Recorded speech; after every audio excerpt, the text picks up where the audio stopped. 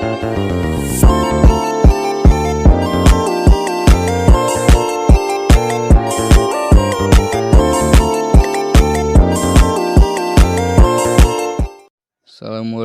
warahmatullahi wabarakatuh. Alhamdulillah, segala puji bagi Allah Subhanahu wa Ta'ala yang telah memberikan kita nikmat kesehatan, iman, dan Islam. Salawat dan salam tak lupa kita sampaikan kepada Nabi Muhammad SAW, keluarga, sahabat, serta umatnya hingga akhir zaman. Hadirin yang dirahmati Allah Subhanahu wa Ta'ala, pada kesempatan kali ini saya ingin menyampaikan sebuah ceramah mengenai toharoh atau bersuci dalam Islam. Bersuci adalah salah satu syarat yang wajib dipenuhi sebelum melaksanakan ibadah-ibadah tertentu, terutama sholat. Taharoh mencakup wudhu, tayamum, mandi wajib, serta berbagai cara membersihkan najis dan hadas. Saya akan menjelaskan bab tentang hukum-hukum wudhu. Allah Ta'ala berfirman sebagaimana ayat berikut ini.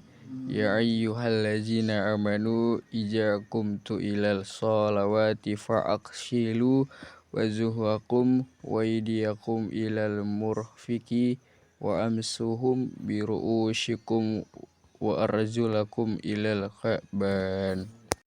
Yang artinya, hai orang-orang yang beriman, apabila kamu hendak mengerjakan sholat, maka basuhlah mukamu dan tanganmu sampai dengan siku, dan sapulah kepalamu dan basuh kakimu sampai dengan kedua mata kaki. Quran Surah Al-Maidah ayat 6.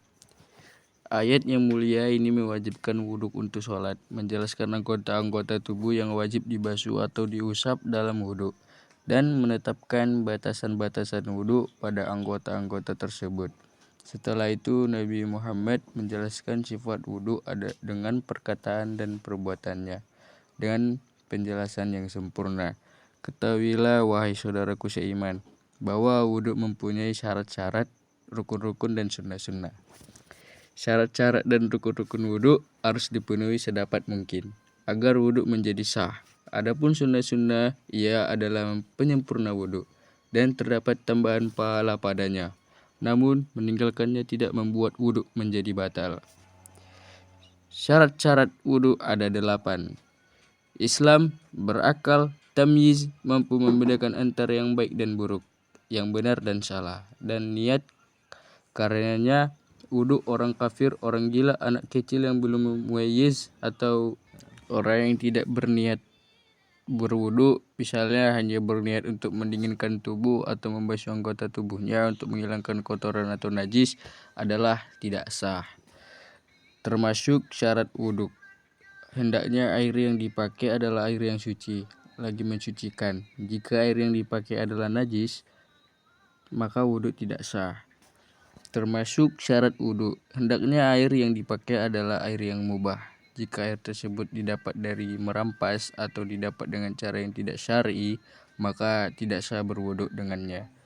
Termasuk syarat wudu adalah hendaknya didahului oleh istinja atau istijmar jika yang bersangkutan memang harus beristinja atau beristijmar sebagaimana yang telah dijelaskan.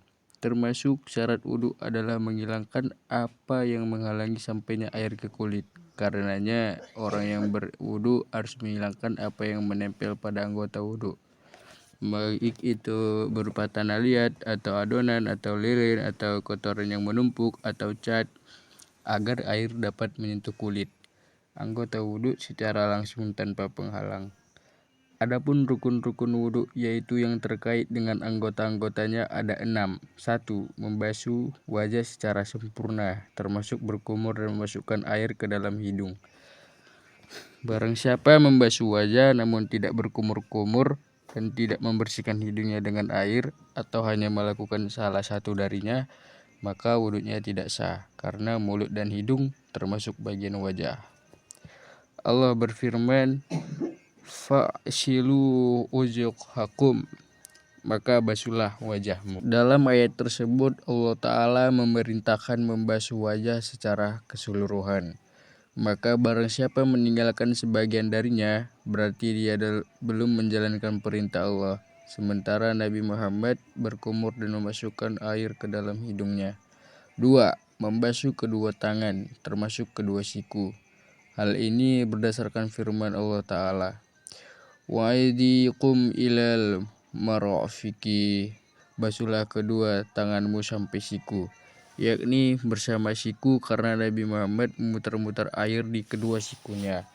Dalam sebuah hadis yang lain, ghasala yadayhi hatta asra'i fil azud, dia membasuh kedua tangannya hingga lengan di atas siku. Hal ini menunjukkan bahwa kedua siku termasuk yang dibasuh. 3. Mengusap seluruh kepala termasuk kedua telinga. Berdasarkan firman Allah Ta'ala, wa amsahu bi ru'usikum, dan sapulah kepalamu. Quran Surah Al-Maidah ayat 6.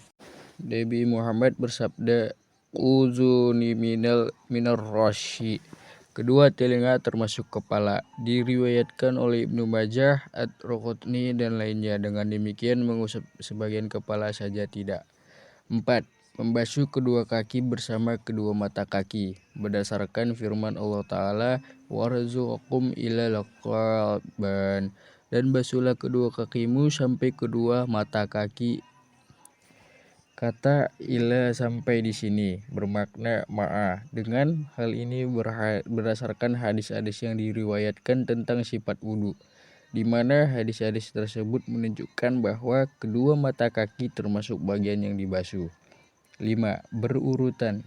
Pertama membasuh wajah, kemudian kedua tangan, lalu mengusap kepala, dan terakhir membasuh kedua kaki. Hal ini berdasarkan firman Allah Subhanahu wa ta'ala, ya ayyuhallazina amanu idza qumtu ila sholawati fa'silu wujuhakum wa aydiyakum ilal marafiqi wa amsahum bi usyikum wa arjulakum ilal ka'ban.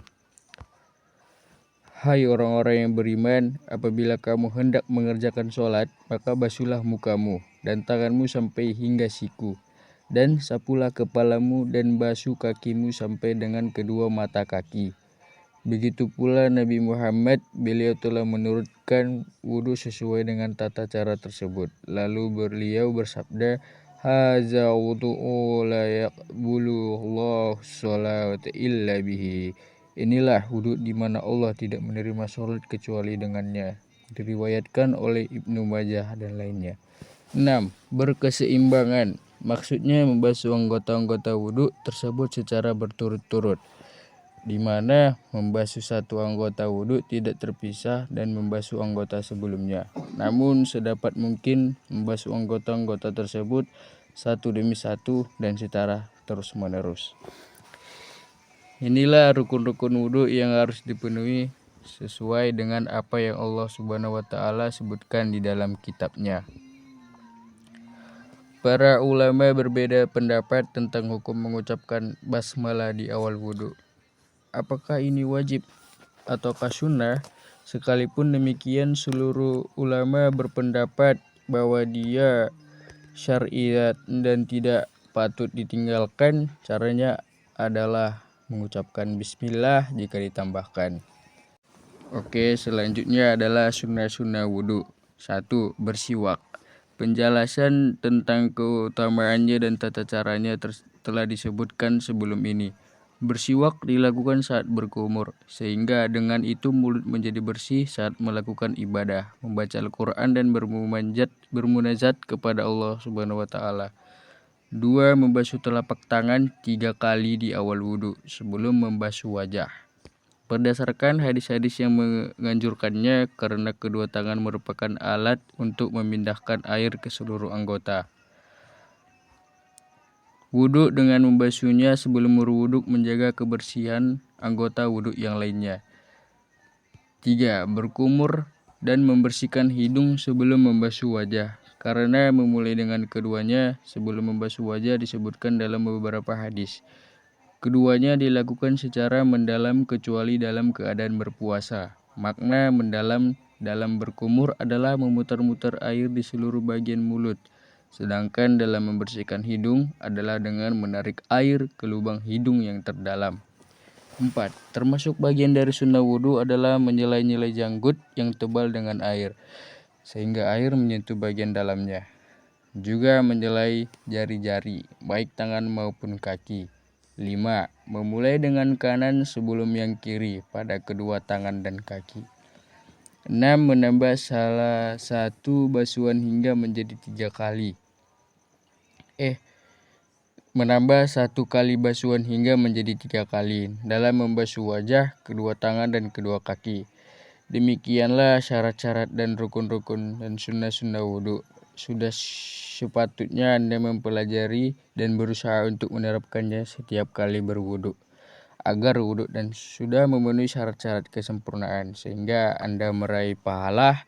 Semoga Allah melimpahkan tambahan ilmu yang bermanfaat dan amal saleh untuk kita semuanya. Amin amin ya rabbal alamin. Selanjutnya adalah bab tentang sifat wudhu.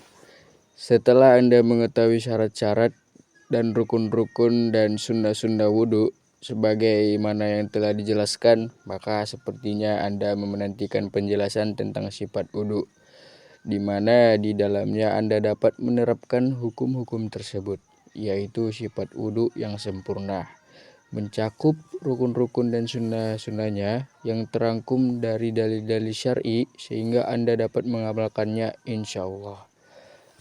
Sifat wudhu: berniat untuk berwudhu sesuai dengan tujuan syariatkan wudhu, seperti sholat dan lainnya. Kemudian mengucapkan bismillah, lalu membasuh kedua telapak tangan 3 kali. Selanjutnya berkumur 3 kali, menghirup air ke dalam hidung 3 kali, dan membuang air dari hidung dengan tangan kiri. Setelah itu membasuh wajah 3 kali. Batasan wajah dari atas ke bawah adalah dari tempat tumbuh rambut pada umumnya, sebagai bagian bawah 2 tulang rahang dan janggut. Tulang rahang adalah 2 tulang di bagian bawah wajah, salah satunya di bagian kanan dan lain di bagian kiri. Keduanya bertemu di janggut. Cambang termasuk bagian wajah karena wajib dibasuh, sekalipun panjang. Jika janggut tidak lebat, maka wajib dibasuh bagian luar dan bagian dalamnya. Dan jika lebat hingga menutupi kulit, maka wajib membasuh bagian luarnya saja. Namun dianjurkan menyelai-nyelai bagian dalamnya sebagaimana telah dijelaskan. Adapun batasan wajah ke samping adalah dari telinga ke telinga, sementara kedua telinga termasuk bagian kepala. Karenanya keduanya diusap bersama kepala sebagaimana telah dijelaskan. Kemudian membasuh kedua tangan bersama kedua siku sebanyak 3 kali. Batasan tangan adalah dari ujung jari-jari termasuk kuku sampai bagian bawah bahu. Diharuskan membuang apa yang menempel pada tangan sebelum membasuhnya, baik berupa adonan atau tanah liat atau cat kuku, sehingga air wudhu dapat menyentuh kulit. Selanjutnya mengusap seluruh kepala dan kedua telinga sebanyak 1 kali dengan air baru, bukan air sisa dari membasuh kedua tangan. Cara mengusap kepala adalah dengan meletakkan kedua telapak tangan yang telah dibasahi dengan air di bagian depan kepala, lalu menjalankan keduanya ke tengkuknya, kemudian menarik keduanya ke tempat semula.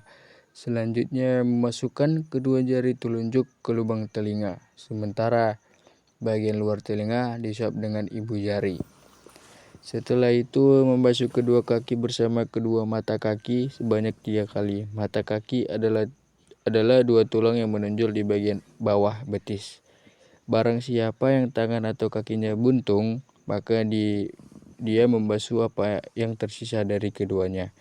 Jika terpotong dari siku, maka yang dibasuh adalah bagian bawah lengan.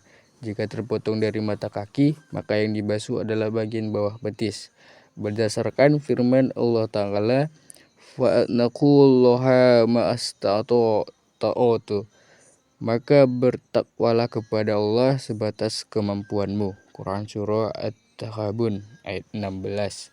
Dan sabda Nabi, iza amrotukum bi amri fa'tu minhu mastata'tum. Jika aku memerintahkan sesuatu kepada kalian, maka lakukanlah darinya apa yang kalian mampu. Jika bersangkutan membasuh apa yang tersisa dari wajib dibasuh, maka berarti dia telah melakukan apa yang dia mampu. Selanjutnya adalah bab tentang hukum-hukum tayamum.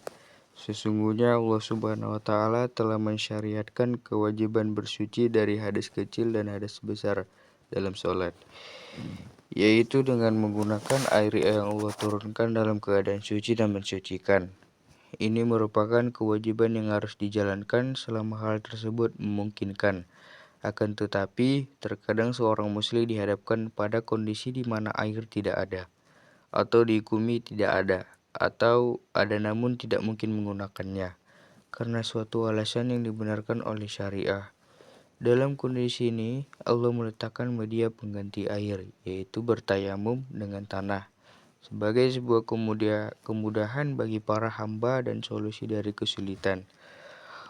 Allah Ta'ala berfirman, Bismillahirrahmanirrahim, Ya ayyuhallazina amanu ijakumtu ila sholihati fa'asilu wazuhukum wa ayadikum ila mufaki wa amsahum bi'ashikum wa arjulakum ila laqaban.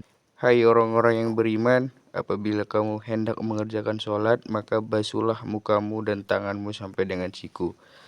Dan sapulah kepalamu dan basuh kakimu sampai dengan kedua mata kaki.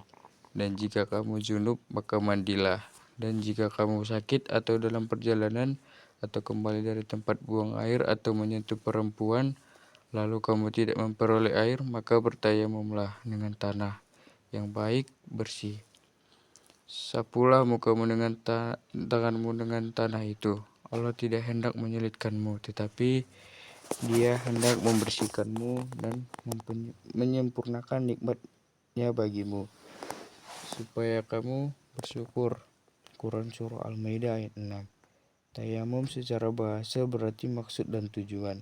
Sedangkan dalam istilah syariah, tayamum adalah mengusap wajah dan kedua tangan dengan tanah dengan tata cara tertentu. Sebagaimana tayamum ditetapkan di dalam Al-Quranul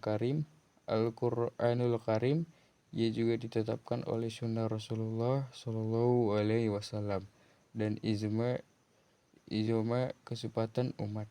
Tayamum merupakan salah satu keistimewaan umat Muhammad Shallallahu Alaihi Wasallam. Allah Ta'ala hanya memperlakukannya pada umat ini, sementara Dia tidak menjadikannya sebagai sarana bersuci bagi umat-umat yang lain. Sekian dari saya tentang wudhu dan tayamum. Assalamualaikum warahmatullahi wabarakatuh.